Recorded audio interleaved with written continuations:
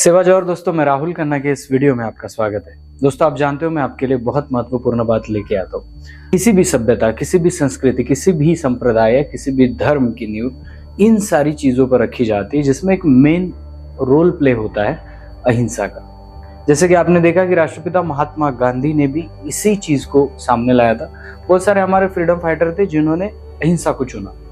महात्मा गांधी जी का जो अहिंसा का मार्ग है वो अहिंसा का मार्ग आया कहाँ से? कहीं पे भी ये तो नहीं लिखा है कि राष्ट्रपिता महात्मा गांधी के पहले अहिंसा मार्ग नहीं था। इसका मतलब ये है कि ये कहीं ना कहीं से आया है और इसको समझना है तो मैं पहले वीडियो की शुरुआत में बता रहा हूँ, पाप होता है, पुण्य होता है, ये थ्योरी बाजू में रख के इस वीडियो को सुनो। अगर पाप पुण्य की थ्योरी यहाँ पे अप्लाई करने जाओगे तो कुछ नहीं समझ में आएगा, क्योंकि किसी पर्टिकुलर धर्म का दर्शन है पाप पुण्य। ये पूरे मानव जाति, मानव सभ्यता पर नहीं लागू होता है और ये प्राकृतिक भी नहीं है। और मैं उन चीजों की बात करता हूँ जो प्राकृतिक होती है। और इसलिए हम सीधा टॉपिक पे बात करते हैं कि अहिंसा को प्रोटो द्रविडियन ट्राइब में कैसे माना गया है, कैसे देखा गया है। क्योंकि प्रोटो द्रविडियन ट्राइब शिकार भी करते थे। प्रोटो द्रविडियन ट्राइब अपने घरों के लिए कुछ पेड़ भी तोड़ते थे। उनके देखेंगे आप परंपराओं में तो बहुत सारी चीजें आती है जिसको देख के सामने वाला इंसान ये भी कह सकता है, अरे ये तो पापी लोग हैं, ये इसको मारते हैं, उसको मारते हैं, ऐसा करते हैं। तो पाप पुण्य की थ्योरी साइड में रखें और मेरा वीडियो सुने। अहिंसा इस शब्द को गोंडी में ढूंढा जाए तो मुंजोक यह नाम आता है। और यह मैं नहीं कह रहा हूँ, तो तिरुमल मोतीराम कंगाली साहब के गोंडी पुनेम दर्शन इस किताब में बकायदा से एक बड़ा चैप्टर है मुंजोक सिद्धांत पे। लगता है मेरा वीडियो संथाली हो, मुंडारी, अनेक प्रकार के ट्राइब देखते हो तो उनको यही कहना है मेरा। मैं भले ही यहाँ पे गोंडी का मीनिंग बता रहा हूँ, लेकिन ये आपके सभ्यता में, ये आपके कल्चर में है, या आपके किसी पेन में है, आप इसे ढूंढ सकते हैं, आपको मिल जाएगा। क्योंकि आप यहाँ के प्रोटो द्रविडियन ट्राइब है तो इतना तो आपके कल्चर में होता ही है, तब जाके ये बिल्ट होती है सभ्यता। तो अहिंसा को बेसिकली गोंडी में मुंजोक बोला जाता है। ये जो नियम हमारे सामने लाए वो थे पांदीपारी कुपारलिंगो, जिन्होंने इस मुंजोक सिद्धांत पे अपनी बात रखी। और ये बात हमारे कंगाली साहब ने पाठों के द्वारा सुन के इसको लिपिबद्ध किया। अहिंसा का सिद्धांत जो गुण है वो प्राकृतिक है। ये अहिंसा का जो गुण धर्म है वो उसी इंसान के माइंड में आ सकता है जिसने अपने विवेक को कंट्रोल करना सीख लिया है। और ये सब हो जाता है तो वो अलग स्टेज निर्माण होती है, अलग स्टेज बन जाती है, जिसे हम कहते हैं पुनेमी रास्ता। और उस पुनेमी रास्ते पे फिर ये आता है मुंजोक सिद्धांत। पुनेमी रास्ते का मुंजोक सिद्धांत बहुत ही सरल और सिंपल है। जैसे कि आप अपने नेचर को देखते हैं, बहुत सारे लोग अलग अलग ढंग से देखते हैं। तो बाकी लोगों का नजरिया मैं बता देता हूँ। कोई प्राणी दिख रहा है और समझो किसी ने उसकी शिकार की, उस व्यक्ति के मन में ये आ गया कि ये पापी है, इसने इसको मारा है। लेकिन ट्राइबल आदमी अलग तरीके से प्रकृति को कैसे देखता है, इसीलिए हम इंडिया के सभी लोगों को तो निसर्ग पूजक नहीं करते ना। उनको ये नहीं कहते कि वो प्रकृति पूजक है। प्रकृति पूजक हम उनकी तरफ ही इशारा करते हैं जो कि ट्राइबल है। तो इसमें महत्वपूर्ण है आपका नजरिया। चलो मैं एक उदाहरण देता हूं। आपने जाके सत्संग में शेर को बता दिया कि बेटा पाप होता है किसी को मारना, तो शेर रहेगा कि मरेगा? अगर उसने मांसाहार करना छोड़ दिया, शिकार करना छोड़ दिया, तो रहेगा कि मरेगा? मर जाएगा। मतलब ये कि प्रकृति की एक श्रृंखला है, जिस श्रृंखला को बड़ी बारीकी से देखना पड़ेगा। एक छोटे से चींटी से लेकर एक बड़े हाथी तक ये जो श्रृंखला है अनुरेणों की, ये एक दूसरे के साथ जुड़ी है, जटिल है। और ये श्रृंखला तब तक के चलती रहेगी, पर्यावरण को तब तक के चलाती रहेगी जब तक इसमें कोई बाधा ना आए। लेकिन जैसे इसमें बाधा आएगा, ब्रेक आएगा, ये अगर चेन टूटती है तो आने वाले कुछ ही सालों में हम तबाह हो सकते हैं। कहने का तात्पर्य क्या है कि बाकी लोग जिसे पाप मानते हैं, कुछ प्राणी उसे अपना अन्न मानते हैं। वैसे ही जब इंसान यहाँ पे आया, उसने गांव नहीं बसाया होंगे, वो गुफा में रहता होगा, लेकिन उसने ये तो सोचा होगा कि बाघ को जिंदा रहना है तो उसको किसी जीव को खाना है। और हिरन को जिंदा रहना है तो तब तक वो जिंदा रह सकता है हिरन, जब तक वो बाघ से स्पीडली दौड़ सके। जिस दिन उसकी दौड़ने की स्पीड कम हो गई ना, बाघ उसको खा लेगा। यानी इन सबके जीवन में हमें एक चीज कॉमन नजर आ रही, वो है संघर्ष। जी हाँ दोस्तों, वो है संघर्ष जो कि आपके भी जीवन में और मेरे भी जीवन में। तब ये जाके बात पॉइंट कर जाती है, आप बाकी प्राणियों को, इस प्रकृति को देखेंगे तब ये बात आपको याद आती है या दिख जाती है कि हर जीवन का एक पार्ट है संघर्ष। जब तक कि वो जीव संघर्ष कर रहा है तब तक कि वो जिंदा है।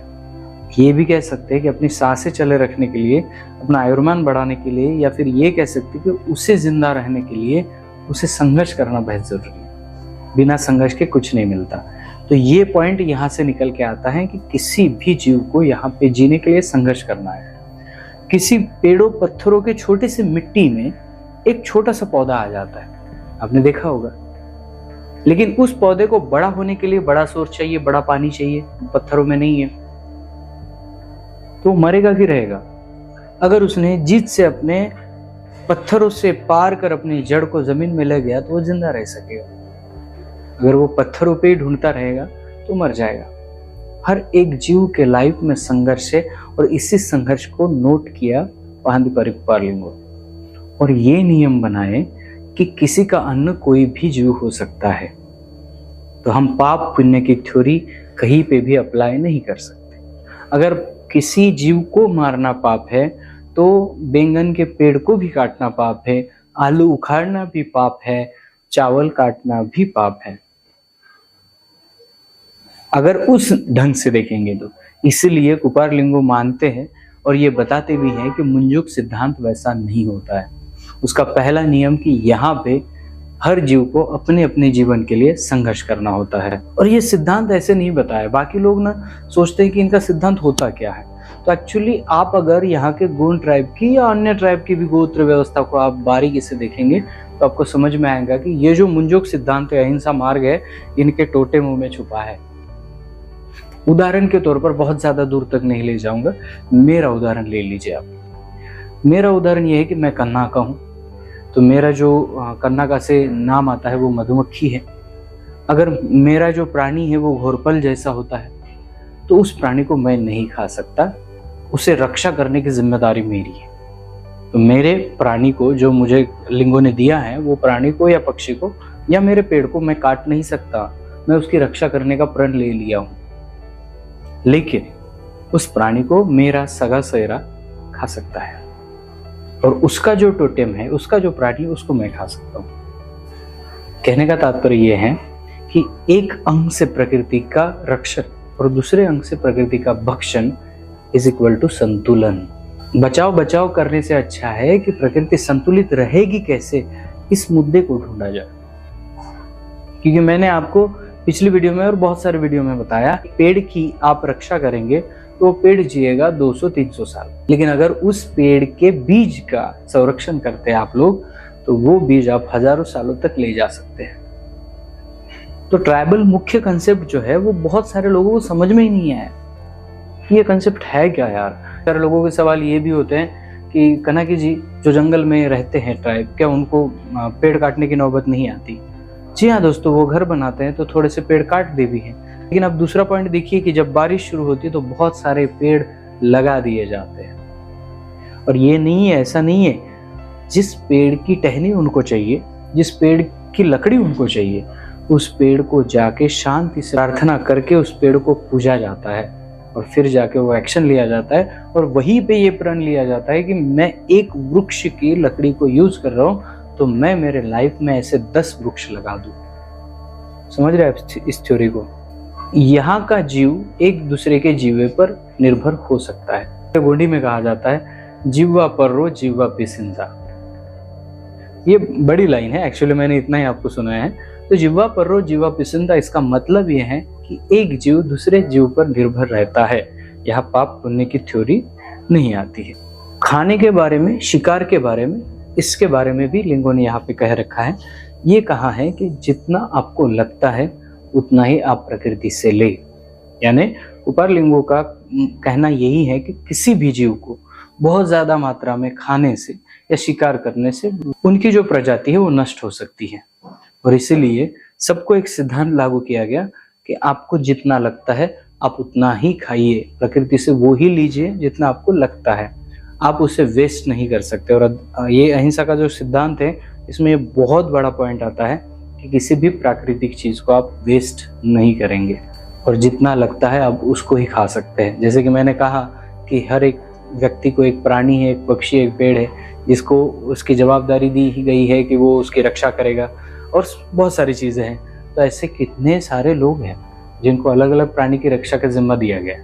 तो इसका मतलब ये है कि वो इसकी रक्षा भी कर रहे हैं और दूसरे जिनको जितना लगता है उसको खा भी रहे हैं। ये है संतुलन, और इसी संतुलन के साथ अगर चलेंगे तो यही है ट्राइबलों का मुंजोक सिद्धांत। इसलिए ट्राइबलों के किसी भी प्रोग्रामों में आपको नॉनवेज खाना मिल जाएगा, वो बहुत बड़ी बात तो है नहीं। नॉनवेज खाना मिल जाएगा, कहीं कहीं के पूजबन में किसी प्राणी को चढ़ाते हैं। आप ट्राइबलों की पूजबन को बलि प्रथा के नजर से देख रहे हैं, तो मुझे एक गांव ऐसा बता दिए जहां पे बकरे काट काट के बकरे खत्म हो गए, जहां पे मुर्गे काट काट के मुर्गे खत्म हो गए। काटते तो हैं, उनका पूजबन का सुविधा चलता है, लेकिन ऐसा क्यों नहीं हुआ कि जो चीज वो काट रहे हैं वो खत्म हो गई? ऐसा इसलिए नहीं होता, जिसको खाना जानते हैं ना, उसको बचाना कैसे वो भी जानते हैं। और इसे कहते हैं प्रकृति का संतुलन, और यही संतुलन हम लोगों को सिखाया नहीं गया। किसी बाबा के सत्संग में हम चले जाते हैं तो वो दो ही चीजें बताता है, पुण्य का काम है, पाप का काम है। बुरा काम पाप का होता है, अच्छा काम पुण्य का होता है। ये थ्योरी ट्राइबल इलाकों में किसी भी समुदाय में लागू ही नहीं होती, जितना कि मैं जानता हूँ। वो पुण्य पाप की थ्योरी में अड़के पड़े नहीं रहते। उनको पता है कि पाप भी ज्यादा हो गया तो भी प्रॉब्लम है, और पुण्य ज्यादा हो गया तो फिर भी प्रॉब्लम है। इसको संतुलित रखना पड़ेगा, और संतुलन से ही प्रकृति का बचाव किया जा सकता है। और इसलिए हर प्राणी के संघर्ष की स्टोरी अगर आप देखेंगे, संघर्ष की गाथा अगर आप सुनेंगे और उसको रिलेट कर जाएंगे, तो आप भी ये मानेंगे कि प्राकृतिक संतुलन जरूरी है। ये पुण्य पाप जरूरी नहीं है, तो प्राकृतिक संतुलन जरूरी है। थाल समुदाय हो गए, गोंड समुदाय हो गए, बिल समुदाय हो गए, मीना हो गए, कुरकू हो गए, हमारे कोलाम समुदाय हो गए, ये समुदाय में उनके पास ये थ्योरी है। अगर जाके पूछेंगे तो उनको ये मेरे जैसा बताना नहीं आता कि ये एक्चुअली कंसेप्ट क्या है। लेकिन जब हम जाके देखते हैं, लोगों में उनके गाने सुनते हैं, लोगों में उसका कल्चर सुनते हैं, तो हमें ये थ्योरी नजर आती है कि ये ना पाप की थ्योरी है, ना पुण्य की थ्योरी है, ये पर्यावरण संतुलन बनाने की थ्योरी है। और इसीलिए लिंगों ने इसे मुंजोक सिद्धांत कहा है, अहिंसा का सिद्धांत कहा है। तो आशा करता हूँ कि ये अहिंसा का सिद्धांत आपके समझ में आया होगा, और प्राकृतिक संतुलन के बारे में भी आपको बहुत ज़्यादा नॉलेज आया होगा। तो अगर ये नॉलेज आपको अच्छा लगता है तो अपने सगाओं से जाके फॉरवर्ड करें, उनको बोलिए ये वीडियो देखें, और इससे जो कुछ मिलता है वो अपने लाइफ में, अपने जीवन में इसको अप्लाई करें, ताकि आने वाले अगली पीढ़ी को हमारी विचारधारा समझो तो सही। दोस्तों, जाते जाते एक ही कहेंगे, हमारा डॉक्यूमेंटेशन है, और डॉक्यूमेंटेशन बहुत बड़ा होने के कारण हम सभी राज्यों का दौरा कर रहे हैं, और इस दौरान हमें आपकी भी हेल्प लगेगी। डिस्क्रिप्शन में लिंक है, वहां जाके आप हमें आर्थिक सहायता दे सकते हैं। मिलता हूँ अगले वीडियो अगले टॉपिक के साथ। तब तक के लिए जय सेवा, जय जोहार, जय आदिवासी, जय गोंडवाना, जय भीम।